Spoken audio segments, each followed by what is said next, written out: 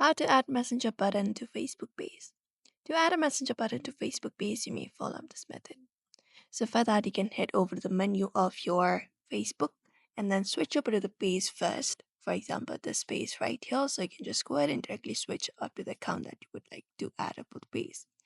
So once you have added the page, you can just go ahead and go to the settings of the page tab or head over to profile directly, tap on your profile Facebook page, and then from your Facebook page, you may locate up the three dot and tap on it.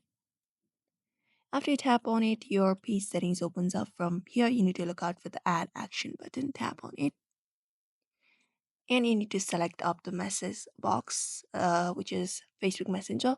So if it is not added, you can look out for Edit buttons option, tap on it, and then from the given options, you can select up the message. It is usually selected, but if it is not selected, you can just check mark this and tap on Save Changes. And then once that is done, the Messenger button will be added to your Facebook page post directly. So this is it. You may also follow the same process in order to do it. So I hope this video was helpful. Give it a thumbs up and subscribe for more tips and tutorials.